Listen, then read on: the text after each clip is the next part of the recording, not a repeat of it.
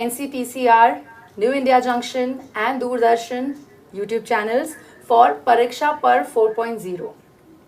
Today we have a special guest. You have seen psychologists, psychiatrists come here and help you out, and life coaching assistants and psycho-spiritual coaches also we have had to help you out with your exam stress and anxiety. Today we have Dr. Rajinder K. Dhamija of Institute of Human. He's the director of Institute of Human Behavior and Allied Sciences and a professor of neurology.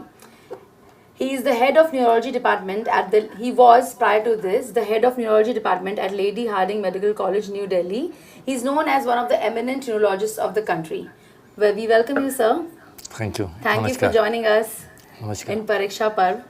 It's my pleasure to be here with the students, and I feel like I'm a young student. So it's always important to interact with students to make you feel young. Sir, we have tried our best to help turn Pariksha into celebrations for our students, for our viewers. How would you like to contribute to this today? What do you want to start the topic or before we get some live questions coming in? Thank you. Thank you for having me.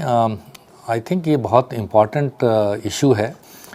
परीक्षाओं का समय है और परीक्षा के दौरान जो है ये नेचुरल सी बात है कि सभी विद्यार्थियों को जब परीक्षा से निकलना पड़ता है तो बहुत सारी एंग्जाइटी रहती है, बहुत सारा डर का माहौल भी रहता है और ये डर भी रहता है कि कहीं फेलियर ना हो, कभी अपनी ही एक्सपेक्टेशंस पे पूरा ना उतरें या not living up to your expectations. ये सब जब नेचुरल प्रेशर्स हैं, एक्सपेक्टेशंस फैमिलीज़ की, अपनी टीचर्स की, सब सोसाइटी की रहती हैं. तो इस दौरान पे स्ट्रेस का होना एक नेचुरल सी बात है और इस स्ट्रेस को हम बहुत हद तक कम भी करते हैं और कम कर भी सकते हैं. सो मेरा यही रोल है कि बच्चों को जब जिस दौर से निकल रहे हैं उसमें हम उनको कितना नॉर्मल तरीके से जो है इस अवस्था से निकालें और कितने अच्छे तरीके से वो अपना एग्ज़ाम पास करें और जो है आगे बढ़ें लाइफ में. लेकिन एक इम्पॉर्टेंट चीज़ जो हम बार बार दोहराते भी हैं और हमारे माननीय प्रधानमंत्री जी ने भी बहुत बार ये संदेश दिया है कि एग्ज़ाम एक प्रोसेस है, एक माइलस्टोन है. आपको पता है कि जब हम किसी यात्रा पे जाते हैं तो बहुत सारे माइलस्टोन्स रास्ते में हमें नज़र आते हैं. माइलस्टोन जो है हमें कभी नहीं बताता कि कितना सफ़र आपने तय किया है. माइलस्टोन्स हमें ये बताते हैं कि कितना सफ़र बाकी है और भी सफ़र बाकी है. तो ये भी एक माइलस्टोन है लाइफ में और आगे बहुत सारे पड़ाव आएंगे. और माइलस्टोन हमें ये भी नहीं बताता कि आपने कितनी गति से आपने यात्रा की, कितनी तेज़ी से आपने जो है गाड़ी चलाई या कितनी अच्छी गाड़ी चलाई. सिर्फ माइलस्टोन आता है, निकल जाता है, फिर हम आगे सफ़र के लिए बढ़ते हैं और अगला सफ़र के लिए चलते हैं. तो ये एक इम्पॉर्टेंट स्टेप है लाइफ में. इसको एक माइलस्टोन की तरह लेना चाहिए और ये लाइफ का एक स्टेप है. इसके अलावा लाइफ लॉन्ग लर्निंग रहती है और हमारे मन में स्टूडेंट वाला जो विद्यार्थी का जो मनोस्थिति है वो हमेशा रहनी चाहिए. आज मैं डायरेक्टर हूँ, प्रोफेसर हूँ, लेकिन अभी भी मैं अपने आप को एक स्टूडेंट ऑफ साइंस या स्टूडेंट ऑफ मेडिसिन मानता हूँ क्योंकि मैं हर रोज़ नई कोई ना कोई नई चीज़ सीखता हूँ. और ये इम्पॉर्टेंट है लाइफ में लर्निंग का होना. आप कितने भी बड़े बन जाएं, कितने भी एग्ज़ाम पास कर जाएं, फिर भी आपको हमेशा प्रतिदिन कुछ ना कुछ सीखने को मिलता है और सीखते हैं और आगे सफलता की तरफ हम बढ़ते हैं. सो इस स्टेज को जो है आप एक माइलस्टोन मानिए, एक पड़ाव मानिए और ये भी निकल कर हम और आगे बढ़ेंगे. इससे कोई फ़र्क नहीं पड़ता है कि आप कितना रोड ब्लॉक्स आप आए हैं आपके आगे या आएंगे. हर व्यक्ति के, हर मनुष्य के जीवन में रोड ब्लॉक्स आते हैं और हम ये रोड ब्लॉक्स हमें सिखाते हैं कि हमें इन मुश्किलों से कैसे हमने सामना करना है और कैसे हमको पार पहुंचना है. अगर कोई व्यक्ति ये कहे कि मुझे कोई दिक्कत नहीं हुई, मुझे कोई सेटबैक नहीं हुआ, कोई रोड ब्लॉक्स मैंने नहीं देखे हैं, तो वो उचित नहीं है, वो ठीक नहीं है. हम सब लोग जो है फेलियर्स में भी निकलते हैं और मैं भी आज यहाँ बैठा हूँ तो मैंने भी बहुत सारे फेलियर्स भी देखे हैं, रोड ब्लॉक्स भी देखे हैं, सेटबैक्स भी देखे हैं. उन्होंने ही मुझे सिखाया है आगे बढ़ना, सफलता को प्राप्त करना. It is not important to fail, it is important how you get up and gather yourself after the failure. That is very very important. वो करेज वो होना चाहिए और वो हमारे वैल्यूज़ हैं, माँ बाप की तरफ से, माता पिता की तरफ से, टीचर्स की तरफ से, समाज की तरफ से. ये इम्पॉर्टेंट है. सो नेचुरल सी बात है कि स्ट्रेस रहेगा एग्ज़ाम के दौरान में, सब बच्चों को रहेगा. हमारा ब्रेन जो है एक हार्मोन प्रोड्यूस करता है जिसको हम कॉर्टिसोल बोलते हैं, जो स्ट्रेस हार्मोन है, और उस स्ट्रेस हार्मोन से जो है ये हार्मोन जो है स्ट्रेस को की एक प्रतीक है, और हम कोशिश करते हैं कि अलग अलग तरीक़ों से इस स्ट्रेस को कम किया जाए और जो है एक सफलतापूर्वक अपनी लाइफ को जिया जाए। सो लाइफ का एक बिगर कैनवस है, एक आज की तारीख में, आज के महीने में, आज के साल में हम नहीं फोकस करते, हमें बड़े जो है उस पर फोकस करना होता है और हम उसको देख के हम चलते हैं, उस हिसाब से हम आगे बढ़ते हैं। Yes, sir. So we also have some live questions coming in. The first question we have is from Vinay Bhardwaj. He's from Chhattisgarh. He says, "Sir, I'm trying to keep stress away during examinations, but the thought of missing out on my desired college and forthcoming life scares me. What to do?" I think it's very important. ये एक natural tendency है कि आपको लगता है कि शायद मैं वो ना पा सकूं या वो अचीव ना कर सकूं जो मेरा उद्देश्य है, पर मुझे लगता है कि अगर हम फोकस रहें और रियलिस्टिक टारगेट्स रखें तो हम अचीव कर सकते हैं। Just be positive, have a realistic target and work towards that target. I think there should not be any problem, and you in doing so how to achieve that realistic targets, there are so many tips. I am sure बहुत सारे लोगों ने आपको बहुत सारी tips दी होंगी, और मुझे भी बड़ी खुशी होती है जब मैं ये पुस्तक जो पढ़ता हूँ माननीय प्रधानमंत्री जी की एग्ज़ाम्स वॉरियर की, जो है विद्यार्थियों और अभिभावकों के लिए जो बहुत सारे उन्होंने मंत्र हैं लिखे हैं उन्होंने इस किताब में, तो ये एक बहुत अच्छा जो है हमारे पास रिसोर्स है, और हम इसके माध्यम से बहुत कुछ सीख सकते हैं और कैसे कैसे हम जो है अपनी टारगेट्स को अचीव कर सकते हैं और अपनी लाइफ में सक्सेसफुल हो सकते हैं। सर, जनरली देखा गया है कि एग्ज़ाम स्ट्रेस से ज़्यादा एग्ज़ाम के बाद तुम्हारी परफॉर्मेंस कैसी रही, उसके रिजल्ट्स कैसे आएंगे, उसको लेके स्ट्रेस होता है सर, तो उसके बारे में आप क्या कहना चाहेंगे? देखिए, रिजल्ट्स पे फोकस जो है उतना नहीं होता जितना फोकस आप मेहनत पे करते हैं। You do your best, results तो आएंगे ही अच्छे, और आप अगर अपनी तरफ से अच्छा कर रहे हैं, you are doing your best and that's what the best you can do.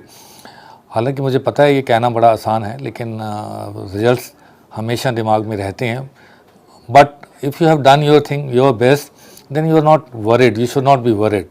During that आप अपना किस स्ट्रेटजी से काम करते हैं, कैसे अपनी टाइम मैनेजमेंट इम्प्रूव करते हैं, कैसे आप ब्रेक्स लेते हैं, चाहे वो सोशल मीडिया से ब्रेक लेना हो या आपके जो है स्केड्यूल से ब्रेक लेना हो, बीच बीच में हेल्दी ब्रेक जिसको हम बोलते हैं, तो ये बड़ा इंपॉर्टेंट है। अपने आप को फोकस रखें, अपने आप को पॉजिटिव रखें, रियलिस्टिक टारगेट्स बनाएं और उस टारगेट को अचीव करने के लिए अपना बेस्ट परफॉर्मेंस दें। सो ये बहुत इंपॉर्टेंट है। Put your worries and perspective into perspective, don't worry. So it is important not to give you a very hard time, give yourself also, you know, pamper yourself, अपने आप को pressure से कम करिए, be kind to yourself, you will achieve everything whatever you work for it. So can you tell us a little bit about the institute that you are the director at, Human Behavior and Allied Sciences? मतलब अगर layman, common man की भाषा में समझाना हो बच्चों को, parents को और टीचर्स को कि ये है क्या, तो कैसे समझाएंगे? देखिए, हमारा जो संस्थान है institute of human behaviour and allied sciences, जैसे कि आपको नाम से लग रहा है कि ह्यूमन बिहेवियर के ऊपर हम फोकस करते हैं, और ये एक न्यूरो साइकेट्रिक इंस्टीट्यूट है, हॉस्पिटल है, बहुत बड़ा हॉस्पिटल है।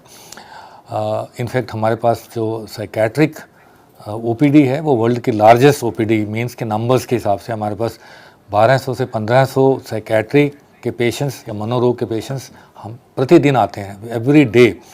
सो we have the largest number of patients coming every day to our OPD और द क्लिनिक्स। सो ये एक साइकेट्री का तो बहुत बड़ा हॉस्पिटल है ही, इसमें बहुत सारे साइकोलॉजिस्ट हैं, पूरा डिपार्टमेंट है क्लिनिकल साइकोलॉजी का, साइकेट्रिक सोशल वर्कर्स हैं, बहुत बड़ा डिपार्टमेंट है, साइकेट्रिक नर्सिंग है, न्यूरोलॉजी बहुत बड़ा जो ब्रेन से रिलेटेड हमारा डिपार्टमेंट है, कॉग्निटिव साइंसेज का है, न्यूरो सर्जरी का डिपार्टमेंट है, बहुत ही बड़ा। It is one of the largest hospital in terms of area in Delhi. So ये एक ऑटोनोमस इंस्टीट्यूट है जो कि सुप्रीम कोर्ट ने 1993 में के आदेश से बना ये, और दिल्ली सरकार इसे चलाती है फंडिंग देकर और ग्रांट इन एड देकर, और ये एक ऑटोनोमस है, मतलब ये कि काफ़ी ऑटोनॉमी है और बहुत बड़ा हॉस्पिटल है। सैंक्शन 500 बेड्स हमारे पास सैंक्शन हैं, बहुत बड़े आईसीयूज़ हैं, चाहे वो साइकेट्रिक आईसीयू जो कि यूनिक है वर्ल्ड में हमारे पास, ऐसे ही न्यूरोलॉजी का आईसीयू है, न्यूरोसर्जरी का आईसीयू, बहुत बड़े बड़े वार्ड्स हैं। और कॉन्सेप्ट जो था एक साइकेट्रिक हॉस्पिटल का, असाइलम का, बहुत पुराने ज़माने में, उस कॉन्सेप्ट को हमने चेंज करने की कोशिश की है। जो स्टिग्मा है हमारे समाज में उसको हटाने की कोशिश की है। इसीलिए हमने अपने संस्थान के नाम में मेंटल हेल्थ या साइकेट्रिक हॉस्पिटल का नाम नहीं रखा है, इसको हमने ह्यूमन बिहेवियर का नाम दिया है। और ह्यूमन बिहेवियर जो है एक ब्रॉडर कंसेप्ट है न्यूरोलॉजी, न्यूरोसाइकेट्री और साइकेट्री का। सो ये हमारा एक विज़न है कि हम सब लोगों को एक्सलेंट हेल्थ केयर और जो मेंटल हेल्थ की सुविधाएं हैं वो हम दे पाएँ। संस्थान जो है बढ़ रहा है, प्रगति कर रहा है। बहुत सारे पिछले कुछ सालों में हमने बहुत कुछ अचीव किया है और हम ये सर्विसेज देना कोशिश कर रहे हैं एक कम्युनिटी लेवल पर। इभास एक ईस्ट दिल्ली में हॉस्पिटल है, लेकिन इसके हम दिल्ली के जो 11 डिस्ट्रिक्ट्स हैं, 11 ज़िले हैं, हर ज़िले में हम एक मेंटल हेल्थ यूनिट एस्टैब्लिश करने की कोशिश कर रहे हैं हॉस्पिटल्स में। और हर मेंटल हेल्थ यूनिट में 5-5 काउंसलर्स भी हम अपॉइंट करेंगे, तो टोटल 55 काउंसलर्स इन 11 ज़िलों में रहेंगे। सो इन मेंटल हेल्थ यूनिट के ज़रिए हम अपने हॉस्पिटल को कम्युनिटी के अंदर लेकर जाएंगे ताकि लोगों को इभास ना आना पड़े और लोगों को जो समस्या रहे वो फटाफट अपने नज़दीक के डिस्ट्रिक्ट हॉस्पिटल में या अपने नज़दीक के बड़े हॉस्पिटल में, जहां हमारे साइकेट्रिस्ट, हमारे काउंसलर रहेंगे, उनको डोर स्टेप पर हम ये सुविधा देने की कोशिश करेंगे। और ये स्कूल्स के भी साथ रहेगा, हॉस्पिटल के भी साथ रहेगा। तो इससे क्या होगा कि लोगों को बैठे बैठे अपने घर के पास ही जो साइकेट्रिक और साइकोलॉजिकल काउंसलिंग और दूसरी सर्विसेज हैं वो हम देने की कोशिश करेंगे। सर, कोविड के टाइम पे 2 साल बच्चे ऑफलाइन एजुकेशन, ऑफलाइन एग्जामिनेशन के को छोड़कर ऑनलाइन कर रहे थे। पढ़ाई भी ऑनलाइन हो रही थी, सब कुछ ऑनलाइन हो रहा था। और अब वापस से धीरे धीरे नॉर्मलाइजेशन कह सकते हैं तो आ रहा है। सो ह्यूमन बिहेवियर की जब आप बात करते हैं, यहाँ पे क्या ह्यूमन बिहेवियर में चेंज आएगा लोगों को? पहले तो अडेप्ट किया उन्होंने ऑनलाइन, अब उन्हें वापस आना है, तो क्या मतलब आपको लगता है फेस करेंगे चैलेंजेस? देखिए, कोविड जो वैश्विक महामारी रही पिछले 2 साल, बहुत ही चुनौतीपूर्ण रहे और ये चैलेंजिंग ईयर्स थे हमारे लिए। और ख़ासकर बच्चों के लिए तो और भी ज़्यादा चैलेंजिंग थे, क्योंकि उनका ग्रोइंग पीरियड है और उनको स्कूल्स में जो है नहीं जाने की स्थिति में थे। वो ऑनलाइन एजुकेशन रही इन पर्सन एजुकेशन के बजाय, तो बहुत डिफ़िकल्ट टाइम रहा। बच्चों ने उसमें अडेप्ट किया और उस दौर से निकले हैं। अब नियर नॉर्मल की स्थिति में है और इन पर्सन स्कूल्स शुरू हो चुके हैं आफ्टर दिस पैंडेमिक की जो अब आज की जो बड़ी अच्छी स्थिति है हमारा। जब ये पैंडेमिक शुरू हुआ, ये वैश्विक महामारी शुरू हुई, तो लोगों में बहुत फियर था, एंग्जाइटी था और कॉन्फिडेंस लेवल बहुत कम था, क्योंकि हमें बीमारी के बारे में पता नहीं था। ना हमारे पास टेस्टिंग की सुविधाएं थी, ना हमारे पास आईसीयू बेड्स थे, ना हमारे पास इलाज का बारे में पता था। तो धीरे धीरे हमारा जो फियर जो है वो कम हुआ। जैसे वैक्सीनेशन आई, जैसे हमें एक बीमारी के बारे में और पता लगा, चाहे हमने इंफ्रास्ट्रक्चर खड़ा किया, टेस्टिंग लैब्स खड़ी कर दी, महीने के अंदर हमने इतने हज़ारों लैब्स खड़ी कर दी। तो कॉन्फिडेंस लेवल अब हमारा काफ़ी अच्छा है और फियर और एंग्जाइटी का जो माहौल था वो अब बहुत कम है। तो ये एक बहुत पॉजिटिव चीज़ है कि इस समय हम महामारी से लड़के हम बाहर निकले हैं और हमारा कॉन्फिडेंस लेवल स्कूल को खोलने में काफ़ी सहायक महत्वपूर्ण रहा। अब बच्चों को धीरे धीरे जो है मुझे लगता है कि नियर नॉर्मल की स्थिति में भी ऑनलाइन एजुकेशन शायद पार्ट ऑफ द करिकुलम रहेगा या part of the education system रहेगा साथ में। तो दोनों सिस्टम चलेंगे। इन पर्सन एजुकेशन का बहुत महत्वपूर्ण है कि आप सिर्फ किताबें में और या कंप्यूटर पे नहीं हैं, आपकी ओवरऑल होलिस्टिक ग्रोथ और डेवलपमेंट के लिए इंटरेक्शन होना बच्चों से, स्कूल में जाना और पूरे वर्ल्ड के साथ कनेक्टेड रहना, ये बड़ा इंपॉर्टेंट है। तो ये जो हम देख रहे हैं कि अब जो इन पर्सन स्कूल्स हैं, इन पर्सन एग्ज़ाम्स हैं, ये एक अच्छा पॉजिटिव कदम है और बच्चों को उनकी ग्रोथ में, उनके जो पढ़ाई के माहौल में और सक्सेस में काफ़ी योगदान देगा। Sir, we have some more live questions coming in. Another question is, siblings' marks are getting compared by their parents. How to deal with this? Ramesh is asking, sir. देखिए, ये कभी भी किसी को अपने आप से कंपैरिजन नहीं करना चाहिए। हमें ये सोचना चाहिए कि हर बच्चे में अपनी अपनी प्रतिभाएं हैं और उस प्रतिभा को हमने जो है विकास करना है और देखना है। किसी में कुछ भी प्रतिभा अच्छी हो सकती है, किसी में कोई दूसरी प्रतिभा अच्छी हो सकती है, कोई किसी की स्पोर्ट्स में ज़्यादा रुचि हो सकती है, उसी में एक्सीलेंट हो सकता है। सो आपको ये कंपैरिजन वाली स्थिति में नहीं आना चाहिए, आपको अपनी प्रतिभा के हिसाब से काम करना चाहिए। तभी मैंने कहा कि रियलिस्टिक गोल्स होने चाहिए जिसको हम अचीव करने में हमें सहायता मिले। So that is something which I would like to emphasise again again. Okay sir. Sir generally देखा जाता है कि सिर्फ सिबलिंग्स में नहीं, फ्रेंड्स से भी कंपैरिजन हुआ करता है। एब्सोल्युटली, अपने प्रीवियस परफॉर्मेंस से तो होता ही है। एब्सोल्युटली। और ये प्रेशर भी बहुत है, इसका पीयर प्रेशर जिसको हम बोलते हैं, पीयर प्रेशर चाहे वो सिबलिंग का हो चाहे वो फ्रेंड्स का हो, ये रहता है। और टीचर्स का एक्सपेक्टेशंस हो चाहे पेरेंट्स के एक्सपेक्टेशंस हो।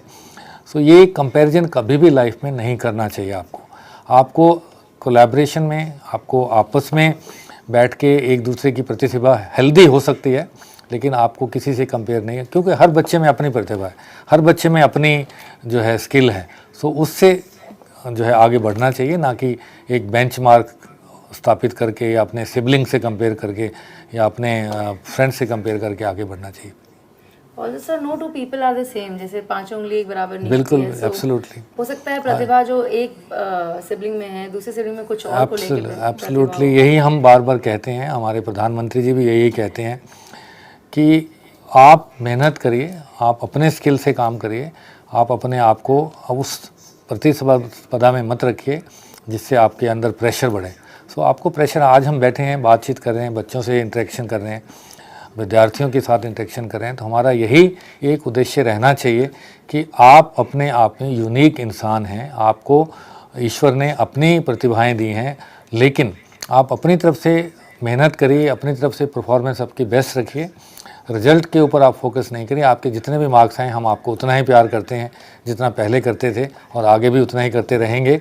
सो ये एक जो उद्देश्य रहना चाहिए स्कूल में भी और घर में भी, वातावरण में। ये बच्चों को इनकरेज करता है और उसका परफॉर्मेंस भी बढ़ाता है, ऑप्टिमाइज करता है। सर जनरली देखा गया है कि ये जो ऑफलाइन का ज़माना से ऑनलाइन में आए थे लोग, तो परीक्षा हुई थी टीचर्स की और पेरेंट्स की भी। एब्सोल्युटली, बिल्कुल ठीक कहा आपने। बहुत चैलेंज, मैंने कहा ना, बहुत चुनौतीपूर्ण टाइम था वो। पेरेंट्स के लिए भी बहुत प्रेशर वाला टाइम था। एजुकेशन के ऊपर जो है उनका, बच्चों को घर पे संभालना, सारा दिन रहना, बाहर बच्चे नहीं निकल सकते थे, स्पोर्ट्स बंद थे। सो दोनों तरफ से जो है डुअल वैमेज जिसको हम बोलते हैं, प्रेशर था। लेकिन मुझे खुशी है कि हम उस दौर से निकल कर आए हैं। आज हम देख रहे हैं, चाहे वो परीक्षा परिणाम हो चाहे जैसे भी हों, स्कूल्स की परफॉर्मेंस रही हो, तो मुझे लगता है कि ऑनलाइन एजुकेशन ने भी काफ़ी हद तक अपना काम किया है। बच्चों ने भी अपनी मेहनत पूरी की है और पेरेंट्स ने भी जो है अपनी तरफ से सपोर्ट किया है बच्चों को, स्कूल्स को, और उसी का आज नतीजा है कि जो बच्चे आज सक्सेसफुली जो है सफलतापूर्ण अपने एग्ज़ाम्स में बैठ रहे हैं और उनको जो है उत्तीर्ण कर रहे हैं, अच्छे मार्क्स ला रहे हैं। और मुझे लगता है इस पीरियड में भी बहुत कुछ सीखने को मिला, कैसे मुश्किलों से हम बाहर निकले हैं, कैसी चुनौतियां हमारे सामने रही हैं। ये एक लर्निंग एक्सपीरियंस रहा है। मुझे लगता है कि बच्चों को एक अच्छी, अगर हमने स्ट्रेटजी दी है, उनको एक अच्छा सिखाया है कि कैसे प्रायोरिटाइज़ करना है अपने आप को, आपकी प्रायोरिटीज़ को, आपके चाहे वो एग्ज़ाम से पहले फॉर एग्जांपल रिवीजन ही क्यों ना हो, आपने एक रिवीजन के लिए जो शेड्यूल बनाया है उसको कैसे प्रायोरिटाइज़ करना है, आपने जो टाइम टेबल्स बनाए हैं उसको कैसे डेली रूटीन में आपने जो है लाना है, कैसे आपने एक्सरसाइज, हेल्दी फूड, हेल्दी जो डाइट और ये सब जो हमने किया है। आपको मैं बता दूं आपके माध्यम से बच्चों को कि एक्सरसाइज में भी हमारे एक हैप्पी हार्मोन्स आते हैं जिसको हम एंडोर्फिन्स बोलते हैं। सो दे आर एंटी डिप्रेसेंट्स की तरह वो काम करते हैं और आपको एक खुशी का माहौल लेके आते हैं। सो जब भी आपको लगे कि आप थक गए हैं या बोर हो गए हैं, जस्ट वियर योर शूज़ और बाहर निकलिए और थोड़ी एक्सरसाइज कीजिए, और चाहे रनिंग कीजिए चाहे वॉकिंग कीजिए, और इससे क्या होगा कि आपके जो हार्मोन्स हैं वो हार्मोन्स, हैप्पी हार्मोन्स निकलेंगे और आपको एक मूड एलिवेटर का काम करेंगे, और ये बड़ा इंपॉर्टेंट है। इसलिए पीरियोडिकली ब्रेक लेना इज़ इक्वली इम्पॉर्टेंट। चाहे वो ब्रेक थोड़ी थोड़ी देर में, आप आधे घंटे, घंटे बाद 5 मिनट का ही ब्रेक लें, चाहे वो आप सोशल मीडिया से ब्रेक लें, क्योंकि आज के टाइम पे सभी बच्चे जो है बहुत सारा टाइम, मुझे लगता है, स्क्रीन टाइम लगाते हैं। स्क्रीन टाइम से आपके नॉट ओनली स्ट्रेस बढ़ती है, मेंटल स्टेटस आपका थोड़ा सा डगमगाता है। So it is always better to reduce screen time, particularly during this period of examinations. और आप बीच बीच में periodically ब्रेक्स लीजिए सोशल मीडिया से।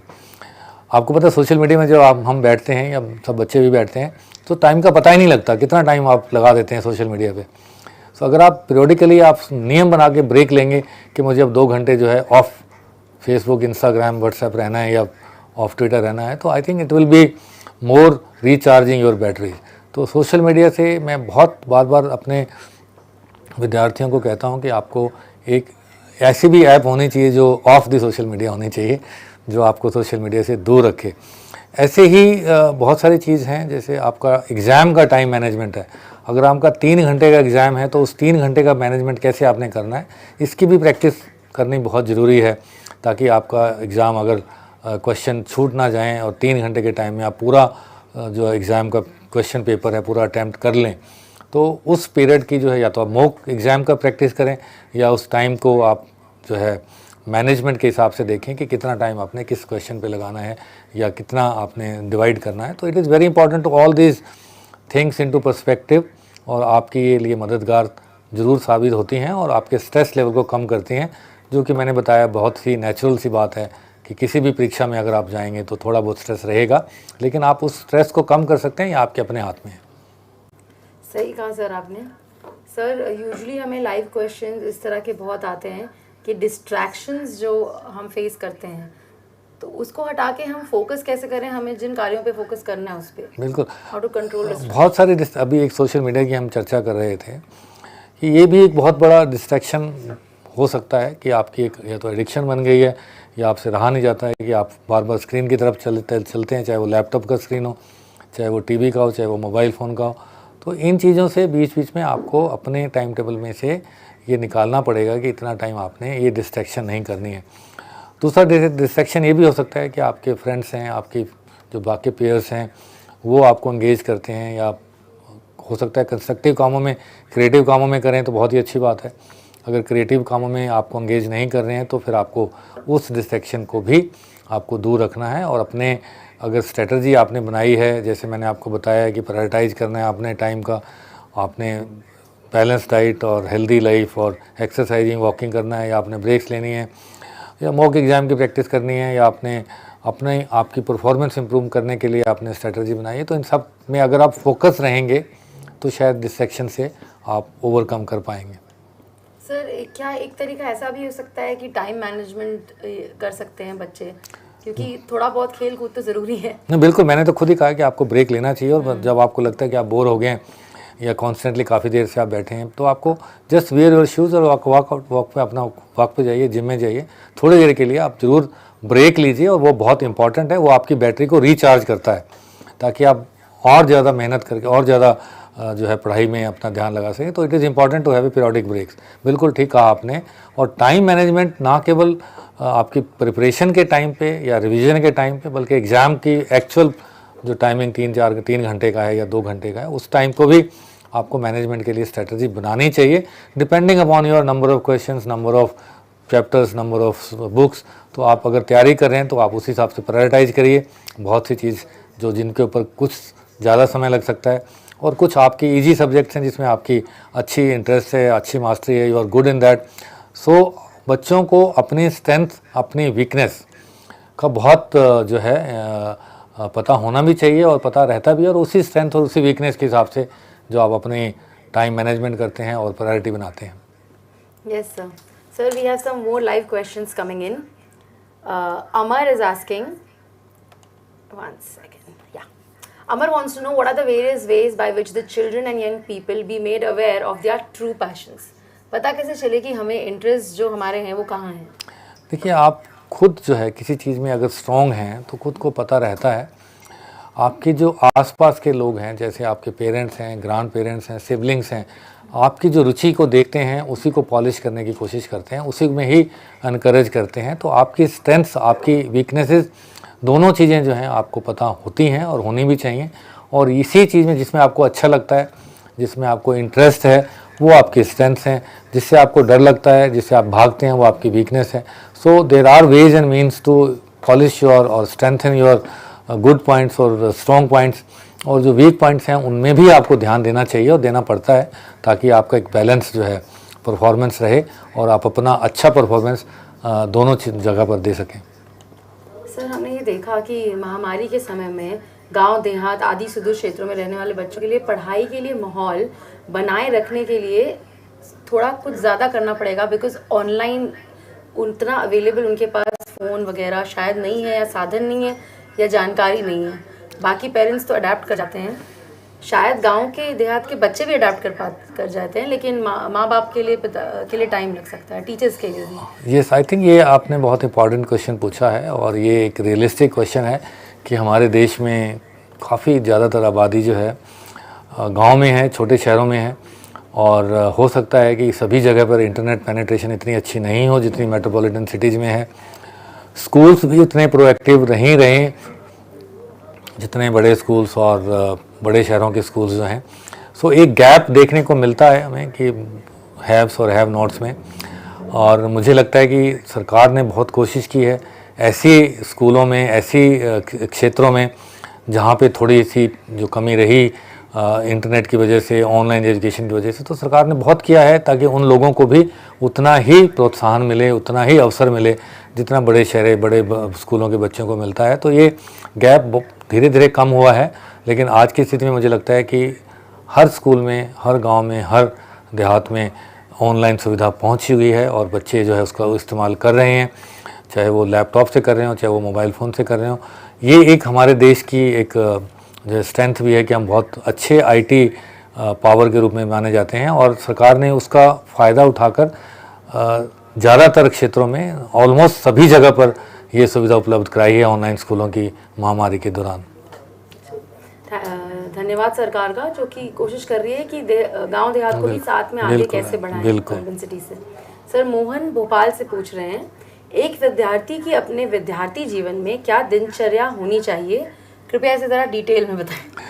देखिए, ये हर इंडिविजुअल, हर विद्यार्थी, हर स्टूडेंट की जो दिनचर्या है वो एक नहीं हो सकती, एक जैसी नहीं हो सकती है। One size does not fit all. So आपने भी कहा कि पाँचों उंगलियां बराबर नहीं हो सकती हैं। तो कुछ बच्चे क्या है कि सुबह जल्दी उठने से पढ़ाई में अच्छे रहते हैं, कुछ जो रात को लेट रहकर पढ़ लेते हैं, पढ़ने में अच्छा उनको लगता है। तो आप अपने हिसाब से जो है अपना टाइम टेबल बनाएं। इम्पॉर्टेंट ये नहीं है कि टाइम टेबल बिल्कुल रिजिड और स्ट्रिक्ट होना चाहिए। इम्पॉर्टेंट ये है कि आपको, अगर आपने एक टाइम टेबल बनाया है टाइम मैनेजमेंट का, तो उस पर आप स्टिक रहें, उसको आप लागू करें, और उसमें थोड़ी वैरायटी भी लाएं। बिल्कुल मोनोटोनस नहीं होना चाहिए, बीच बीच में ब्रेक्स होने चाहिए, और आपकी अपनी परिस्थिति के अनुसार आप अपना टाइम टेबल बनाएं। इसमें इतना ज़रूर ध्यान रखें कि you should not compromise on your sleep. So मेरा ये मानना है कि 7 से 8 घंटे की जो नींद है वो अच्छी आनी चाहिए, ताकि आपके जो ब्रेन के सेल्स हैं जिनको हम न्यूरॉन्स बोलते हैं, वो निद्रा में अपने आप को रिचार्ज करते हैं, अपने आप को रिपेयर और बिल्डिंग का काम करते हैं। सो वो नींद आना बहुत इंपॉर्टेंट है, ताकि अगले दिन आपकी जो कंसंट्रेशन है, जो आपकी अटेंशन है, वो बनी रहे, और आपको जो पढ़ाई में और याद करने में और आपकी जो परफॉर्मेंस है वो अच्छी रहे। सो इम्पॉर्टेंट चीज़ अपने स्थिति के हिसाब से, अपने सिलेबस के हिसाब से, अपनी कक्षा के हिसाब से, अपने एग्ज़ाम के हिसाब से अपना टाइम टेबल बनाएं। 7 और 8 घंटे की नींद ज़रूर रखें उसमें, और बीच बीच में ब्रेक्स लें, चाहे वो एक्सरसाइज का ब्रेक हो, चाहे वो 10 मिनट के लिए आपने टीवी देखना हो, या अखबार पढ़नी हो, या आपने पेरेंट्स के साथ बैठ के कुछ बात करनी हो, डिस्कस करना हो। So these things are important to have a very balance time table without compromising on sleep and having a regular breaks on exercise. और बीच बीच में अपना जो है फ्रूट्स खाएं, अच्छा भोजन लें, चाय और कॉफ़ी थोड़ी कम करें, क्योंकि वो थोड़ा सा हो सकता है कि उसके ऊपर उसका असर नेगेटिव अवस्था में जाता हो। लेकिन स्वस्थ आहार लें, बीच बीच में लेते रहें, और पूरी नींद लें। सर, आपने सही कहा कि सबका दिनचर्या एक जैसा नहीं हो सकता है। सर, अनदर कॉमन क्वेश्चन ये है कि सुबह की पढ़ाई सही होती है या रात के जग की पढ़ाई सही होती है? कुछ बच्चे जो डिसाइड नहीं कर पाते हैं, अपने स्टूडेंट्स के हिसाब से सोचते हैं, या अपने पेरेंट्स का सुने वो सोचते हैं कि दूसरा तो सुबह उठ के पढ़ रहा है, जो टॉप आ रहा है, शायद मैं भी कर लूँ। तो वो डिसाइड कैसे करें कि उसके लिए क्या सही समय है पढ़ने का? ये कोई ऐसा कोई फिक्स रूल नहीं है कि सुबह के टाइम पे जो है, वैसे ये काफ़ी लोगों का ये मानना है कि जब आप सुबह नींद से उठते हैं तो आपका दिमाग फ्रेश रहता है और आपको पढ़ाई में आसानी रहती है। बट मैंने ये भी देखा है कि कुछ बच्चे रात को भी जब शोर नहीं है, सभी अपने अपने जो है नींद में हैं, तो आप अच्छा पढ़ सकते हैं। अगर आप में कंसंट्रेशन आपकी ठीक रहती है तो कोई फ़र्क नहीं है। कोशिश ये करें कि नियमित रूप से नींद का पूरा जो है टाइम दें, और अगर सुबह जल्दी उठ सकते हैं तो जल्दी उठकर पढ़ें। ये बिल्कुल ठीक बात है कि सुबह के टाइम पे दिमाग फ्रेश रहता है, जबकि पूरे दिन के बाद हो सकता है कुछ बच्चों में जो है ये परेशानी रहे शाम को। But there is no hard and fast rule कि आप सुबह ही पढ़ें। आपको जब भी फोकस और कंसंट्रेशन आपको ठीक रहे, जब भी आपको लगे कि अब ये मैं इस समय पर मेरा दिमाग जो है ठीक लर्निंग मोड में है, तो आप अपना उसी हिसाब से पढ़ सकते हैं। कोई ऐसी हार्ड एंड फास्ट रूल नहीं है। Sir, new question we have from Utsav Dwivedi. He's from Satna. He asks, if children are in stress and unable to tell parents or anyone else, what are the signs to identify the stress in children? कि उनके साथ कुछ तकलीफ है, वो कुछ तकलीफ है। आई थिंक ये बहुत महत्वपूर्ण सवाल उन्होंने किया और मैं इनको कॉम्प्लीमेंट देता हूँ कि ये पहचानना कि किस बच्चे में जो है स्ट्रेस के सिम्टम्स हैं। देखिए, इरिटेबिलिटी जैसे हम कहते हैं कि बच्चा इरिटेबल है, चिड़चिड़ापन है, नींद नहीं आ रही है, भूख नहीं लग रही है, घबराहट हो रही है, या दिल का या पल्स का तेज़ चलना, ये सब मार्कर्स हैं कि आपके अंदर स्ट्रेस और एंग्जाइटी है। तो अगर बच्चा आपका नो सो नहीं पूरा पा रहा है, या आपको जो है अग्रेसिवनेस है, या अपने चिड़चिड़ापन है, तो ये लक्षण हो सकते हैं कि बच्चे में अंडरलाइंग जो है स्ट्रेस है। So try to be calm, try to have some yoga और मेडिटेशन, ये सब चीज़ें करें ताकि मन की शांति के लिए म्यूज़िक सुने बीच बीच में। सो ये स्ट्रेस बस्टर्स का काम करते हैं।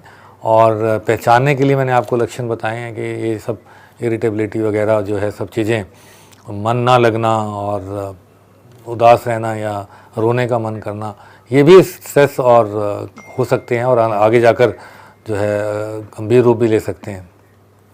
सर, ज़्यादा करके देखा गया है कि एग्ज़ाम के दौरान जो तुम्हारा बिहेवियर होता है या पैटर्न होता है ह्यूमन बिहेवियर, वो मतलब एग्ज़ाम के जो आखिरी दिन होते हैं, सब कुछ अगर तुमने पढ़ा भी है तो भी ऐसा कभी कभी लगता है कि एंग्जाइटी के कारण कि सब भूल रहे हैं, सब याद नहीं है। जो नहीं प्रिपेयर्ड होते हैं उनको तो टेंशन होती ही है, जो प्रिपेयर्ड होते हैं उनके साथ भी ये होता है। इसका क्या कारण है? आई थिंक आपका कॉन्फिडेंस लेवल जो है, अगर आपने अच्छे से तैयारी की है तो कॉन्फिडेंस हाई रहना चाहिए और पॉजिटिव रहना चाहिए। ये फियर और साइकोसिस जो है वो नेचुरल सी टेंडेंसी है, ये सबको रहता है कि आपकी फियर है, साइकोसिस है, एग्ज़ाम का कैसा भी हो। अगर मुझे भी आज कहा जाए कि आप एग्ज़ाम में फियर हों तो मुझे भी थोड़ा सी एंग्जाइटी रहेगी, और ये एक स्वाभाविक रूप है। लेकिन अगर आपने अच्छे से तैयारी की है तो आपका जो पॉजिटिव रहना और आपका कॉन्फिडेंस लेना, अच्छा कॉन्फिडेंस रहना इतना ही इम्पॉर्टेंट है और रहता भी है। अगर आपने नहीं तैयारी की तो थोड़ा सा आपको डर रहेगा ज़रूर, लेकिन अगर अच्छे से तैयारी की है तो फिर आपको घबराने की ज़रूरत नहीं है, और just be positive and just be confident. Thank you sir. Human behaviour की जब बात करते हैं, व्हेन यू फेल, कहते हैं ना इंसान जो अपने टॉप पे रहता है तब जो बिहेवियर रहता है इंसान का, और इंसान जब फेलियर हो जाता है किसी चीज़ में तब जो बिहेवियर रहता है वो डिफ़ाइन करता है कि इंसान की पर्सनालिटी को और उसके आसपास के लोगों के साथ उसका कैसा बिहेवियर है। पर बचपन में तो सर ये फॉर्मेटिव ईयर्स होते हैं, यहाँ पे तो इंसान बड़ों से ही सीखता है। तो ऐसे सिचुएशन में फेलियर अगर हो गया है किसी के साथ किसी कारण, तो कैसे उसको फेस करे वो? मैंने अपने शुरुआती आपके संबोधन में कहा कि फेलियर होना कोई अनकॉमन नहीं है, सभी के साथ होता है। हम सब लोग उस अवस्था से निकले हैं। रोड ब्लॉक्स आना इम्पॉर्टेंट भी है, ऐसा नहीं है कि स्मूथली सबका जो है सक्सेस रेट जो है सबका ऐसे ही चले। फेल होना कोई बहुत बड़ी बात नहीं है, इम्पॉर्टेंट नहीं है, लेकिन फेलियर के बाद उठ के संभल के आगे बढ़ना ये इम्पॉर्टेंट है। उसमें आपको you have to gather yourself और आगे बढ़ें, अगले लक्ष्य की तरफ जाएं। अगर हम अपने फेलियर को अपनी पॉकेट्स में लेकर चलते रहेंगे तो फिर आगे के लिए भी जो है सक्सेस में आने में दिक्कत रहेगी और रोड ब्लॉक्स आएंगे। सो मेरा ये मानना है कि आप फेलियर से घबराएं नहीं, फेस करें, कैसे फेस करें, जैसे इनका क्वेश्चन है, अपने आप को संभालें और ये सोचें कि ये एक माइलस्टोन है, अभी ऐसे बहुत सारे माइलस्टोन आगे आने हैं। ज़िंदगी यहीं ख़त्म नहीं हुई है, ज़िंदगी अभी शुरू हुई है और आगे बढ़ने के लिए बहुत सारे अवसर आएंगे। Opportunity knocks at every door, the only problem is we have to be ready to grab that opportunity. अवसर आते हैं सबकी ज़िंदगी में, हमें अपने आप को तैयार रखना है उस अवसर को पकड़ने के लिए और उस अवसर को आगे बढ़ने के लिए, आगे मेहनत करने के लिए उसको पकड़ें। सो इम्पॉर्टेंट यही है कि आने दो फेलियर, कोई बात नहीं, फेलियर हो गया तो हो गया, आगे बढ़ें, move on with your life, target fix करें, रियलिस्टिक टारगेट फिक्स करें और उस रियलिस्टिक टारगेट को अचीव करने के लिए अपनी तरफ से अपनी बेस्ट परफॉर्मेंस दें, ये आपके हाथ में है। सो जैसे कि सर ने कहा, स्टूडेंट्स आप वो देखिए जो आपके कंट्रोल में है, बिल्कुल, जो absolutely. आपके कंट्रोल में नहीं है वो उस पर आपका वैसे भी बस नहीं है, तो उसके बारे में स्ट्रेस या एंग्जाइटी लेकर कोई फायदा नहीं है। एग्जैक्टली। और सर ऐसा नहीं लगता है कि कभी कभी कोई फेलियर हमें उस दिशा में ले जाती है जिस दिशा का हमने सोचा नहीं था और हम उस चीज़ के लिए बने हैं, हमें पता ना हो? यही होता है, आपको फेलियर भी चुनौती देते हैं और कुछ बहुत सारे लोगों की ज़िंदगी मैंने देखा है कि अगर वो फेलियर नहीं आता तो वो कुछ और बनते। जब फेलियर आया तो उसको उन्होंने चुनौती के रूप में लिया और लाइन बदली और उस लाइन में चले गए जिसमें उनका पैशन है और स्ट्रॉन्गर, उसमें वो जो है टॉप पे पहुंच गए। So failure does not mean closure, failure means you have a one step, you have crossed one step and then you can choose path, you can change your path, you can do whatever you are thinking you are good at. So obviously लोगों की एक ज़िंदगी में change आना और उस change को accept करना और उस फेलियर को एक्सेप्ट करना और अपनी जो स्ट्रॉन्ग पॉइंट्स हैं उनकी तरफ बढ़ना ही एक इम्पॉर्टेंट जो है शिक्षा है। और ये सब लोग जो है exam is something one step in the career.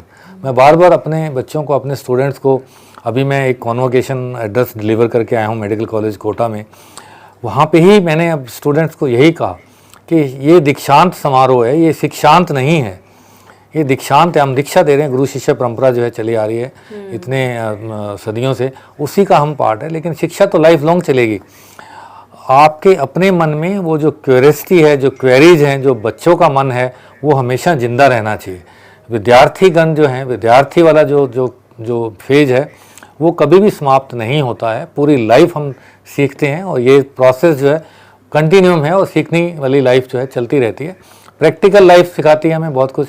School एक स्टेप है, जो स्कूल और कॉलेज और यूनिवर्सिटी जो है वो एक ज़िंदगी का एक लर्निंग का एक हिस्सा है, लेकिन उसके बाद भी ज़िंदगी में इम्पॉर्टेंट लर्निंग आती हैं और हर स्टेज पे आती हैं और ये कंटिन्यूस रहेगी।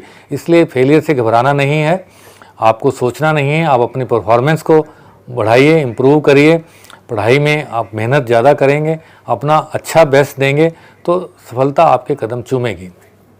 सही कहा सर आपने। Sir we have one more question, he is all the way from north east Assam. Raman is asking how to build my self confidence during examinations और on a new platform. I think new platform से इनका मतलब है कि online. हाँ, देखिए मूल मंत्र वही हैं। मूल मंत्र जो हैं आपकी मेहनत के, आपके टाइम टेबल के, आपके रिविजन्स के, आपके जो स्ट्रेटजी है एग्ज़ाम की, आपकी जो तैयारी है, वो सारे मूल मंत्र एक हैं, चाहे वो ऑनलाइन हो या ऑफलाइन है। इम्पॉर्टेंट थिंग है कि आप अपनी कंसंट्रेशन को बनाए रखें, आपके फोकस से डेविएट मत हों। आप एक नियमित रूप से अगर आप पढ़ाई करते रहेंगे, बीच बीच में ब्रेक लेते रहेंगे, आपकी अच्छी नींद है, आपकी अच्छा खाना है, आपका अच्छा व्यायाम है, तो मुझे नहीं लगता कि आपका कॉन्फिडेंस लेवल कहीं पे भी कम रहेगा। ये स्वाभाविक है कि ज़्यादा रहेगा और आप अपने आप में ही जो है अच्छा करने की जो है कोशिश में लगे रहेंगे, अपने काम की समीक्षा करेंगे, अपनी तैयारी की समीक्षा करेंगे। हम हर इवन ये जो प्रोग्राम है इसकी भी समीक्षा होती है और ये होनी भी चाहिए। तो ये मुझे ये लगता है कि अगर हम अपने आप में कोशिश में लगे रहेंगे कि कैसे अपने आप की इम्प्रूवमेंट लाई जाए और हम उसमें इम्प्रूवमेंट अगर लाते रहेंगे तो अपने आप ही हमारा कॉन्फिडेंस लेवल भी बढ़ेगा और हमारे जो परिणाम हैं वो भी अच्छे आएंगे। सर आजकल choices are not limited to art, science, commerce. Absolutely there are so many options these days. Yes. तो अभी आपको क्या लगता है कि क्या ऐसा हम कर सकते हैं जिससे ऑप्शंस जो इतने सारे हैं उसमें चूज़ करना, ये मतलब किस तरह से होना चाहिए? तुम अपनी अर्निंग क्या होगी ये देख के लो, पैशन क्या होगी ये देख के लो, माँ बाप की इच्छाओं के हिसाब से वो कैसे होनी चाहिए? देखिए, बच्चे का संपूर्ण विकास जो है वो सिर्फ एक फैक्टर पे नहीं निर्भर करता है। आपकी प्रायोरिटीज़ क्या हैं, आपको क्या अच्छा लगता है, आप वही करिए जिसमें आप अच्छे हैं, जो आपको अच्छा लगता है। एज ए डॉक्टर मुझे ये लगता है कि अगर मैं सुबह उठकर मजबूरी में अपने हॉस्पिटल में जाऊं तो वो एक मेरा जो है सक्सेसफुल कैरियर नहीं है। अगर मैं सुबह उठकर इस चीज़ में इंटरेस्टेड रहूं कि आज मुझे नया क्या करना है, I am looking forward to the day's work, तो वो मेरे अंदर एक पैशन है, मेरे अंदर एक जिज्ञासा है, मेरे अंदर एक जो है काम करने की, अपने काम में इम्प्रूवमेंट लाने की एक इच्छा है, तो वो करना चाहिए और वही उसी में आपको सफलता मिलती है। मजबूरी में कोई भी काम मत करें, चाहे वो आपके पेरेंट्स कहें। पेरेंट्स को भी मैं ये कहना चाहता हूँ, क्योंकि इस कार्यक्रम में जो बच्चे और बच्चे के अभिभावक जो हैं दोनों ही सम्मिलित रहते हैं, तो बच्चों को वही करने दो जो वो चाहते हैं। आप उनको एडवाइस दे सकते हैं, गाइडेंस दे सकते हैं, लेकिन आप उनको अपनापन मत थोपें। जो आप नहीं कर पाए वो मत उनको उसमें डालिए। अपने सपनों को उनमें मत देखिए, उनको उड़ने दीजिए, उनको अपने हिसाब से चलने दीजिए। जिसमें वो अच्छे हैं, जो वो करना चाहते हैं, उनको वो मौका दीजिए। वो एक्सेल करके दिखाएंगे आपको, चाहे वो फील्ड ए हो, आर्ट्स हो, साइंस हो, कुछ भी हो, कॉमर्स हो, मेडिसिन हो, इंजीनियरिंग हो, बैंकिंग हो, फाइनेंस हो, मैनेजमेंट हो। आज की दुनिया में पिछले 20 वर्षों में हमने देखा है, जब से हमारी इकॉनमी बढ़नी शुरू हुई है, हम सुपर पावर बनने वाले हैं, तो हमें लगता है कि बहुत सारी अनटैप्ड पोटेंशियल्स, बहुत सारी अपॉर्चुनिटीज़ नई क्रिएट होती हैं एवरी डे। हम रोज़ देखते हैं नए नए जो है फील्ड्स आते हैं। आप कोई भी फील्ड चुनिए, XYZ, आप उसमें अपना 100% डालिए, अपना 100% अपना एफर्ट डालिए, कोशिश डालिए। कोई भी फील्ड हो, आप हमेशा सक्सेसफुल रहेंगे, टॉप पे रहेंगे। सर सही कहा आपने। सर अंबुज शर्मा वाराणसी से पूछ रहे हैं, परीक्षा को लेकर होने वाले तनाव से आप अपने छात्र जीवन में कैसे निपटते थे? आपके बारे में पूछ रहे हैं। देखिए, मैं तो एक साधारण परिवार से हूँ और बहुत स्ट्रगल भी हमने देखे हैं। मैं इनको एक और चीज़ बताना चाहता हूँ। अगर मैं आप सोच रहे होंगे कि यहाँ बैठ के स्टूडियो में बैठ के आप बड़े बड़े भाषण दे सकते हैं, आप जो मर्जी बोल सकते हैं, स्टेज पर आकर आप, इतना आसान है कहना कि आप ऐसे करिए या वैसे करिए, लेकिन बिलीव मी, यहाँ पे जो आके बैठते हैं और यहाँ पे जो हम आपको बताते हैं, ये बहुत सारे सालों का स्ट्रगल भी हमने देखा है। अगर कोई ये व्यक्ति कहता है कि मेरा सारा जीवन बहुत सक्सेसफुल रहा, मैंने कोई भी फेलियर नहीं देखा, मेरे में कोई सेटबैक्स नहीं आए, तो मैं ये मानता हूँ कि वो झूठ बोल रहा है। हर व्यक्ति के जीवन में जो प्रॉब्लम्स आती हैं, स्ट्रगल आता है, और हर आदमी उन स्ट्रगल्स को पार करके सक्सेसफुल बनता है। तो ये इम्पॉर्टेंट है कि आप अपने आप को उसी कंसंट्रेशन से बनाए रखें। मैंने भी यही किया। मेरा तो ये एक रुचि स्पोर्ट्स में रही है। मैं जो है मीडिया में भी काफ़ी रहा हूँ। शुरुआत में हॉबीज़ के तौर पर मैंने अपने आप को विकसित किया। मेरी हॉबी यही थी एक कि रेडियो एंकरिंग करना या जो है न्यूज़ रीडिंग करना। तो ये इम्पॉर्टेंट चीज़ें मैंने साथ साथ रखी, जो मुझे ना केवल अपने आप में मेरे व्यक्तित्व के विकास में काम आई, बल्कि मेरे अपने मेडिसिन की पढ़ाई में भी मुझे बहुत उन्होंने जो है योगदान दिया और बहुत हेल्प की मेरी। सो एक रेगुलरली, नियमित रूप से आप अपने फोकस पे रहें, चाहे वो स्पोर्ट्स में हो, चाहे वो आप एकेडमिक्स में हो, चाहे वो आप टीचिंग में हो या साइंटिस्ट हों, चाहे वो डॉक्टर हों, चाहे वो इंजीनियर हों। आप एक डिसिप्लिन लाइफ रहें, not to rigid but try to be moderation in terms of discipline also. और अगर आप नियमित रूप से नियमानुसार काम करेंगे, रियलिस्टिक गोल्स रखेंगे और उन गोल्स को अचीव करने के लिए अपना 100% देंगे, तो आप निश्चित रूप से सफलता आपके जो कदमों में रहेगी। और मैंने कोशिश की और मुझे ईश्वर ने काफ़ी जो है मेरे ऊपर सफलता दी मुझे। मैं बहुत भाग्यवान भी रहा हूँ। तो मुझे ये अंत में ये लगता है कि हाँ, मुझे जो मैंने कोशिश की अचीव करने की, इन स्पाइट ऑफ स्ट्रगल्स मैंने अचीव कर लिया। तो यही आप भी कर सकते हैं। और आपके जीवन में भी अगर कोई ऐसी आते हैं रोड ब्लॉक्स, तो आप घबराइए नहीं, अपने आप में फोकस रहिए और नियमित रूप से रहिए, तो अवश्य ही आप भी अपने जो है कैरियर में, प्रोफेशन में शीर्ष स्थान पर पहुंचेंगे। Thank you sir. I hope Ambuj ji आपको पता चला हो कि ये कैसे हैंडल करते थे अपना स्ट्रेस। देखिए, स्ट्रेस बस्टर्स जो मैंने आपको बताए हैं, बहुत सारे ऐसे हैं जिसको आप कह सकते हैं कि एक्सरसाइज करना। आजकल हम कहते हैं कि walking is a new medicine. अगर आप नियमित रूप से आधा घंटा सुबह आधा घंटा शाम को सैर करेंगे तो ये एक बहुत बड़ा फील गुड फैक्टर आएगा आप में। स्ट्रेस बस्टिंग के लिए आप म्यूजिक सुने, आप नियमित रूप से चाहे वो योगा करें चाहे प्राणायाम करें, आपको जो अच्छी हॉबी लगती है जिसमें आपको आनंद आता है वो आप बीच बीच में करें। तो ये सब चीज़ें जो है स्ट्रेस कम करने में बहुत आपकी मददगार करेंगी। आप ज़रूर एक हॉबी जो है डेवलप करिए, चाहे नया म्यूजिक सीखिए। पढ़ना भी एक बहुत बड़ी अच्छी हॉबी है जिसमें आप बहुत कुछ सीखते हैं, लाइफ के एक्सपीरियंसेस लोगों ने लिखे हैं। आपको नई लैंग्वेज आती है तो वो बहुत अच्छी जो है हॉबी है। और मल्टीलिंगुअल होना एक बहुत इम्पॉर्टेंट एस्पेक्ट है लाइफ में, कैरियर में भी वो आपकी हेल्प कर सकता है।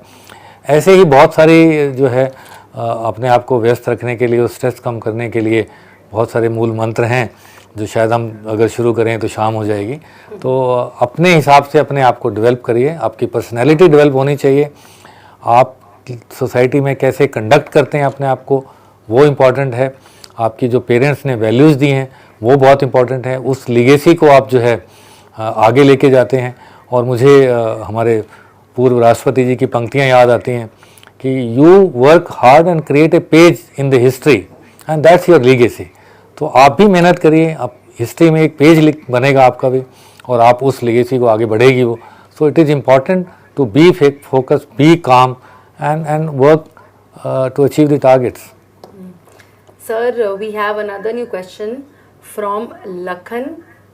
He's from Kanpur. He's asking, Sir, how can one focus better during exams when there are so many distractions? Absolutely Lakhan, ये बहुत प्रैक्टिकल क्वेश्चन पूछा है आपने। और डिस्ट्रैक्शंस की हमने बात भी की और हमने कैसे उस डिस्ट्रैक्शंस को जो दूर रखना है, चाहे वो सोशल मीडिया की हो चाहे वो पीयर प्रेशर्स हो।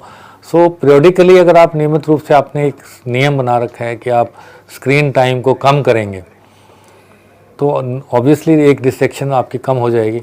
अगर दूसरा आप व्हाट्सएप यूनिवर्सिटी में लगे रहेंगे तो भी आपकी डिस्ट्रैक्शंस बढ़ेंगी। आप जो अफवाहें आती हैं या जो र्यूमर्स चलते हैं या जो हियर से चीज़ें आती हैं उन पे ना विश्वास करके अगर आप फोकस रखेंगे अपने रियल साइंटिफिक इन्फॉर्मेशन पे, जो कि ऑथेंटिक इन्फॉर्मेशन जो स्कूल से आती हैं, आपके टीचर्स आपको देते हैं, तो वो ज़्यादा इंपॉर्टेंट है और उन डिस्ट्रैक्शन से आप दूर रह सकते हैं। सर, जिन स्टूडेंट्स को मेडिकल साइंसेज में इंटरेस्ट है, खास करके something related to human behaviour and they want to take up your field, how do they decide कि should they take up psychiatry और न्यूरोलॉजिस्ट, और इन दोनों में फ़र्क क्या है? देखिए, एक जो मेडिकल फील्ड है आजकल बहुत वास्ट हो गया है। पहले आप मेडिसिन की पढ़ाई करते हैं मेडिकल कॉलेज में, MBBS की जो डिग्री बेसिक डिग्री है, उसके बाद जो है हर मेडिकल स्टूडेंट की अपनी एक इंटरेस्ट डेवलप होता है, चाहे वो सर्जिकल लाइन हो चाहे वो नॉन सर्जिकल या मेडिकल लाइन हो। सो जिसमें किसी को ज़्यादा इंटरेस्ट, कुछ स्टूडेंट्स या डॉक्टर्स हैं उनको सर्जिकल लाइन में बहुत इंटरेस्ट रहता है, उनका हाथ बहुत साफ लगता है, उनको आर्टिस्टिक तरीके से काम करते हैं, तो वो सर्जिकल लाइन में आगे सोच सकते हैं कि क्या करना है। जिनको सर्जिकल लाइन में इंटरेस्ट कम और ह्यूमन बिहेवियर में या मेडिकल लाइन में इंटरेस्ट है, वो मेडिसिन वाला सब्जेक्ट ले सकते हैं। और न्यूरोलॉजी उसके बाद की सुपर स्पेशलाइजेशन है।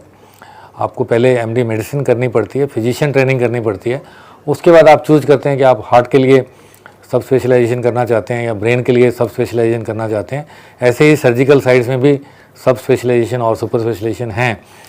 और जहाँ तक आपने प्रश्न किया कि साइकियाट्री में और न्यूरोलॉजी में क्या डिफरेंस है, सो न्यूरोलॉजी एक ब्रेन से रिलेटेड जो बीमारियों से हम उनका इलाज करते हैं, उनके मरीज़ देखते हैं, वैसे ही साइकियाट्री भी ब्रेन और माइंड की बीमारियों के लिए ही है। और दोनों में समानताएं भी बहुत हैं, जैसे हमारे हार्मोन्स हैं या न्यूरोकेमिकल्स हैं, वो दोनों तरह की बीमारियां कर सकते हैं। ब्रेन की बीमारियां भी कर सकते हैं, साइकियाट्री की बीमारियां भी कर सकते हैं, इलाज भी दोनों का मिलता जुलता है। लेकिन साइकियाट्री जो है more focus on your day to day behaviour and your day to day जो बीमारी दिमाग से और मन से संबंधित है, चाहे वो उदासीपन हो जिसको हम डिप्रेशन बोलते हैं, चाहे वो और अग्रेसिवनेस की बीमारियां हों, स्किज़ोफ्रेनिक हों, विचारों की बीमारियां हों, आपको जो है डिल्यूजन्स हैं या हेलुसिनेशंस हैं या इल्यूजन्स हैं। सो ये सब जो क्षेत्र है वो मनोरोग के जो अधीन आता है या साइकियाट्री के अधीन आता है। उसके आगे भी बहुत सारे अलाइड साइंसेज हैं, साइकोलॉजी जैसे जो काउंसलिंग करते हैं, बहुत इम्पॉर्टेंट रोल है। हमारे देश में अभी ये चल रहा है, शुरुआती दौर है साइकोलॉजी का भी और साइकियाट्री तो काफ़ी सालों से है, लेकिन अभी भी हमें मुझे लगता है कि हमारे देश में साइकेट्रिस्ट या मनोरोग चिकित्सक की कमी है। अगर हम नंबर्स की बात करें तो हमारे देश में तकरीबन एक साइकेट्रिस्ट जो है या मनोरोग चिकित्सक जो है वो 1 से 1.25 लाख लोगों पॉपुलेशन पे है, जबकि WHO कहता है कि हर 10,000 पॉपुलेशन पे एक साइकेट्रिस्ट होना चाहिए। ऐसे न्यूरोलॉजिस्ट की बात करें कि संख्या तो केवल 3,000 न्यूरोलॉजिस्ट हैं 150 करोड़ लोगों के लिए, 140 करोड़ लोगों के लिए, तो ये संख्या बहुत कम है। हमें और न्यूरोलॉजिस्ट चाहिए, हमें और साइकेट्रिस्ट चाहिए ताकि हम आम लोगों तक पहुंच सकें। और ये भी जो न्यूरोलॉजिस्ट 3,000 मैंने आपको बताए हैं या साइकेट्रिस्ट बताए हैं, इनकी भी अनइवन डिस्ट्रीब्यूशन है कि ये स्क्यूड हैं टुवर्ड्स द मेट्रोपॉलिटन सिटी, बड़े शहरों की तरफ। गांव में और डिस्ट्रिक्ट हॉस्पिटल्स में अभी भी बहुत कमी है, वहाँ पे बहुत कम स्पेशलाइज्ड फिजिशियंस और न्यूरो फिजिशियंस हैं वहाँ पे। डिस्ट्रिक्ट लेवल पे और ज़्यादा नंबर्स चाहिए हमें। तो अगर ये इनका इंटरेस्ट है तो मैं चाहूँगा कि इस फील्ड के बारे में वो सोचें और ट्राई करें, मेडिसिन में एडमिशन लें। मेहनत बहुत करनी पड़ती है, इसमें कोई दो राय नहीं है, लेकिन रिजल्ट्स भी बहुत अच्छे हैं। आपको कितनी बड़ी डिग्री मिल जाए, लेकिन अगर आपको कोई मरीज़ थैंक यू नोट दे के जाता है या आप किसी के चेहरे पर स्माइल लेकर आते हैं, तो उससे बड़ा टेस्टिमोनियल, उससे बड़ा सर्टिफिकेट, उससे बड़ा ऑनर कोई नहीं हो सकता है कि आप दूसरों के जीवन में मुस्कुराहट ला के आ रहे हैं या दूसरों को जीवन दे रहे हैं या उनको ठीक कर रहे हैं, बीमारियों से ठीक करके ला रहे हैं। तो ये एक बहुत बड़ी सेवा है। ह्यूमन जो है नेचर की जो एक भगवान ने ये जो कैपेबिलिटी दी है डॉक्टर्स के लिए, और ऐसे फील्ड में, चाहे वो नर्सिंग फील्ड हो, चाहे वो अलाइड हेल्थ का फील्ड हो, जो लोग इस क्षेत्र में जुड़े हुए हैं और मानव कल्याण के लिए काम कर रहे हैं, मानवता के कल्याण के लिए कर रहे हैं, उन पीड़ित लोगों की सेवा कर रहे हैं, तो मुझे लगता है कि एक बहुत ही बड़ा जो है प्रोफेशन है, बहुत नोबल प्रोफेशन है। और इस not only profession, it's a calling. आप समाज की सेवा के लिए आपने ये प्रोफेशन चुना है बाय चॉइस। तो ये एक बहुत अच्छी इन्होंने क्वेश्चन पूछा है और मैं इनको बधाई देता हूँ कि अगर ये सोचते हैं तो बहुत अच्छा रहेगा देश के लिए भी और राष्ट्र निर्माण में भी। सर, मैंने ये क्वेश्चन इसलिए पूछा था क्योंकि मुझे भी इंटरेस्ट था इस सब्जेक्ट में। जब मैंने ब्रीफली 11th और 12th में आर्ट्स स्ट्रीम लिया था तो साइकोलॉजी में इंटरेस्ट था, पर बाद में मुझे पता चला कि अगर मुझे डॉक्टर बनना है, साइकियाट्री में जाना है या न्यूरोलॉजिस्ट बनना है तो मुझे 11th 12th के लिए साइंस लेना चाहिए था। तो मेरे से थोड़ी सी गलती हो गई थी, ऐसा मुझे पता चला था। तो ये डिफरेंस आप भी समझा दीजिए ताकि दूसरे गलती ना करें। बिल्कुल बिल्कुल जो मेडिकल स्कूल और मेडिकल कॉलेज की जो एलिजिबिलिटी हम मानते हैं या जो रिक्वायरमेंट है वो फिजिक्स, केमिस्ट्री, बायोलॉजी है। 12th में आपको साइंस स्ट्रीम होनी चाहिए, और अगर आप फिजिक्स, केमिस्ट्री, बायोलॉजी लेते हैं तो उसके बाद आप कॉम्पिटिटिव एग्ज़ाम में बैठ के आप एंट्रेंस एग्ज़ाम दीजिए और उसके बाद फिर जो एडमिशन लीजिए। इससे चैलेंज, बट हमारे देश में अभी डॉक्टर्स की और ज़रूरत है। सरकार बहुत तेज़ी से इस दिशा में काम कर रही है। आपने देखा होगा कि बहुत सारे नए मेडिकल कॉलेजेस खुल रहे हैं, बहुत सारी नई एम्स खुल रही हैं, बहुत सारी नई इंस्टीट्यूट खुलती हैं, जैसे हमारी इंस्टीट्यूट इभास बनी है। तो सरकारें अपना काम कर रही हैं और बहुत मेहनत से कर रही हैं, और देश के प्रधानमंत्री स्वयं इसमें रुचि लेते हैं। स्वास्थ्य मंत्री ने इतनी मेहनत करके एक हेल्थ इंफ्रास्ट्रक्चर तैयार करने की प्रयत्न किया है, और नए आपको पता होगा कि हमारी जो देश में MD की सीट्स हैं वो पिछले कुछ सालों में 3 गुना 4 गुना हुई हैं। और ये सिर्फ देश की सरकार का ही एक विज़न है कि हमें पोस्ट ग्रेजुएट सीट्स उन्होंने बढ़ाई हैं, और ऐसे ही MBBS की सीट्स भी बहुत बढ़ी हैं, लेकिन अभी और भी मंजिलें बाकी हैं और आगे सफ़र लंबा है। तो मुझे लगता है कि विद्यार्थियों को इस बारे में जो है अगर रुचि है तो वो अवश्य इसको सीरियसली लें, और फिजिक्स, केमिस्ट्री, बायोलॉजी के बाद जो है कोशिश करेंगे, और जो है अभी लाखों की तादाद में और डॉक्टर्स चाहिए हमें। So if you are interested in the field of medical, you know sir ने आपको एक दिशा दे दी है, उस दिशा में आप जाएं। लेकिन एक क्वेश्चन का मैं नोट ज़रूर देना चाहता हूँ। इस कार्यक्रम के माध्यम से ये नहीं लगना चाहिए कि मेडिसिन ही एक सब्जेक्ट है, मेडिकल ही एक फील्ड है। इंजीनियरिंग भी उतना ही इंटरेस्टिंग फील्ड है, उतना ही अच्छा फील्ड है। फाइनेंस लेंगे, कॉमर्स लेंगे, एनवायरमेंटल साइंसेज लेंगे, ऐसे ही मैनेजमेंट लेंगे, सारे ही फील्ड अच्छे हैं। क्योंकि मैं एक डॉक्टर हूं तो आपने प्रश्न ऐसा पूछा तो मुझे ये बताना पड़ा कि मेडिकल प्रोफेशन कितना अच्छा है, कितना अच्छी समाज में प्रतिष्ठा है। लोग भगवान मानते हैं, डॉक्टर को भगवान का दूसरा रूप मानते हैं। लोग अपना इतना ट्रस्ट करते हैं कि अपनी जान उनके हाथ में देते हैं, जीवन अपना देते हैं। तो एक फील्ड अच्छा है, लेकिन बाकी फील्ड कम नहीं है, वो भी अच्छे हैं। आजकल ये टेंडेंसी देखने की मिली है कि आईटी में लोग जा रहे हैं और अच्छा जो है कमा रहे हैं और अच्छा जो नाम कमा रहे हैं। देश में भी आईटी की भी उतनी ही ज़रूरत है जितना मेडिकल या इंजीनियरिंग या मैनेजमेंट की ज़रूरत है। तो हर फील्ड अच्छा है, आपकी जिसमें रुचि है उसमें ही आप अपना जो है बेस्ट दें। अगर आपकी मेडिकल में रुचि है तो उसमें आएँ, अगर दूसरों में इच्छा है वो दूसरों में जाएं। किसी को भी थोपे नहीं, चाहे वो पेरेंट्स हों, अभिभावक हों, माता पिता हों। आप अपने बच्चे की स्ट्रेंथ देखिए, अपने बच्चे के स्ट्रॉन्ग पॉइंट देखिए, अपने बच्चे की रुचि देखिए, वो बच्चा क्या करना चाहता है उसको उसी में प्रोत्साहित करिए, इनकरेज करिए, तो वो बहुत अच्छा रहेगा। बच्चा भी अपने आप में सफल रहेगा और अपने शीर्ष स्थान को प्राप्त करेगा और आपको भी जो है संतुष्टि रहेगी, कंटेंटमेंट रहेगा, अच्छा लगेगा और आप अपने बच्चे की प्रोग्रेस देखकर आप भी बहुत खुश रहेंगे। Sir, a question related to our topic has come. Student कह रहे हैं कि I want to become a doctor like you. What will I do? What should I do? देखिए, लाइक मी और लाइक एनी अदर डॉक्टर, आपको जो मेहनत करनी पड़ती है और 12th के बाद आप एग्ज़ाम दीजिए। कोशिश करिए कि मेडिकल से रिलेटेड, साइंस से रिलेटेड आप जो आर्टिकल्स पढ़िए, बुक्स पढ़िए, प्रोग्राम्स देखिए, अपनी रुचि डेवलप करिए। आप देखेंगे कि जैसे जैसे आपको इसके बारे में ज्ञान मिलेगा या आपको जो है नॉलेज बढ़ेगी, उस हिसाब से आपकी जिज्ञासा भी बढ़ेगी। और ये एक इम्पॉर्टेंट चीज़ है कि क्वेरी होना माइंड में। आपको पता है कि सर आइजैक न्यूटन के दिमाग में ये आया कि ये जो है चीज़ ऊपर क्यों नहीं गिरी, नीचे क्यों गिरी, या सेब नीचे क्यों गिरा, तो ये क्वेश्चन उनके दिमाग में आया। तो क्वेश्चनिंग माइंड होना चाहिए आपका।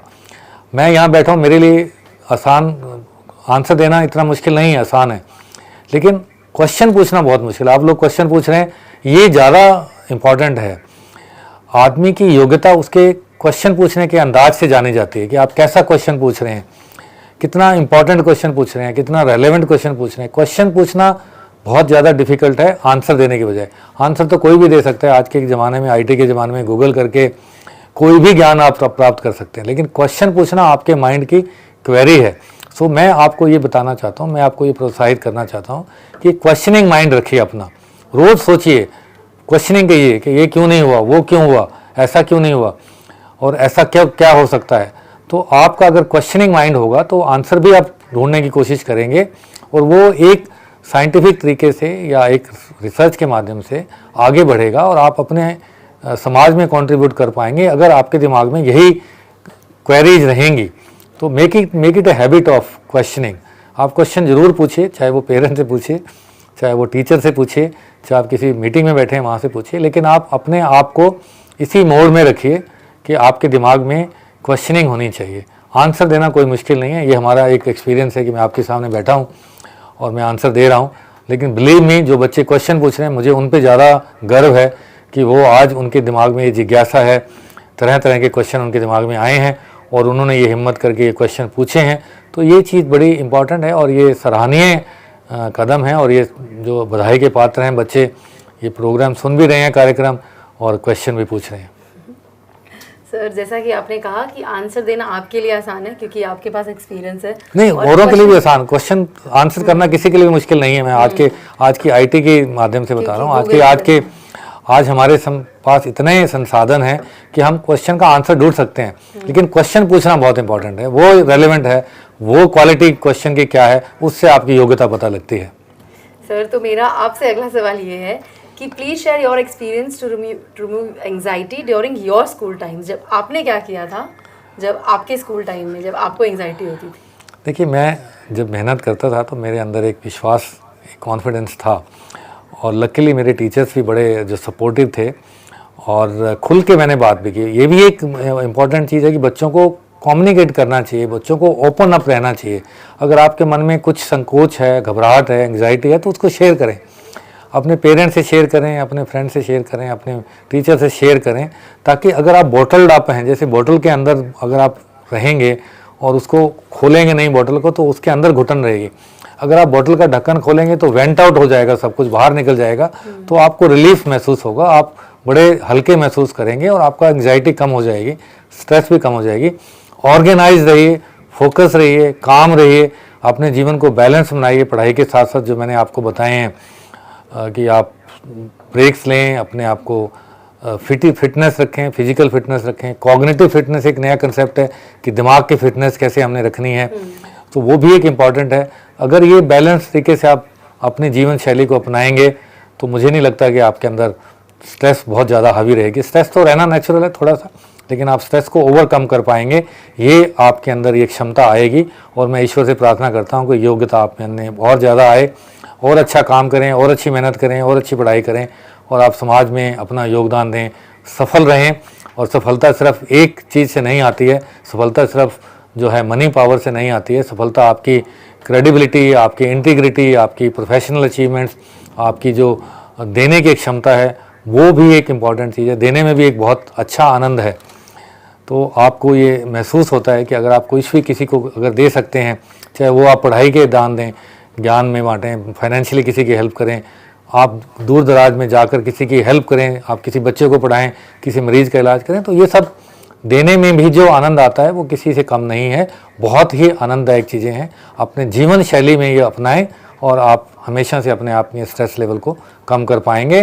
प्राणायाम करें, योगा करें, म्यूजिक सुनें, रिलैक्सेशन टेक्निक्स अपनाएं और एब्सोल्युटली हेल्दी रहें, और मेंटली और फिजिकली दोनों तरीके से आप जो है स्वस्थ रहेंगे। मानसिक स्वास्थ्य अच्छा रहेगा तो बहुत अच्छा लगेगा आपको भी, आपके अभिभावक को भी, आपके बच्चों को भी। Thank you so much, sir. Sir, we have had a wonderful session with you today. Unfortunately, हर अच्छी चीज़ का अंत होता है, तो we have come towards the end of our session. Thank you. मुझे भी बहुत अच्छा लगा कि विद्यार्थियों ने रुचि लेकर प्रश्न पूछे। मुझे भी एक यंग जो है फीलिंग्स आई, और मुझे इस प्रोग्राम के जो बताया गया बहुत अच्छा आपने पिछले 2 महीने से जो ये चलाया है, और आगे भी मैं आप इस कार्यक्रम के लिए आपको शुभकामनाएं देता हूं। और जो विद्यार्थी हमारे साथ जुड़े हुए हैं, मैं उनको भी शुभकामनाएं देता हूं और आशीष देता हूं और साधुवाद देता हूं कि आप अपने एग्ज़ाम्स में, अब एंट्रेंस एग्ज़ाम्स का समय आने वाला है, आप उसमें सफल रहें। ईश्वर आपको अच्छी शक्ति दे और अच्छी आपको सफलता दे। Thank you sir. On that note कि ईश्वर हम सबको सफलता दे और हमारा साथ दे, we will take your leave.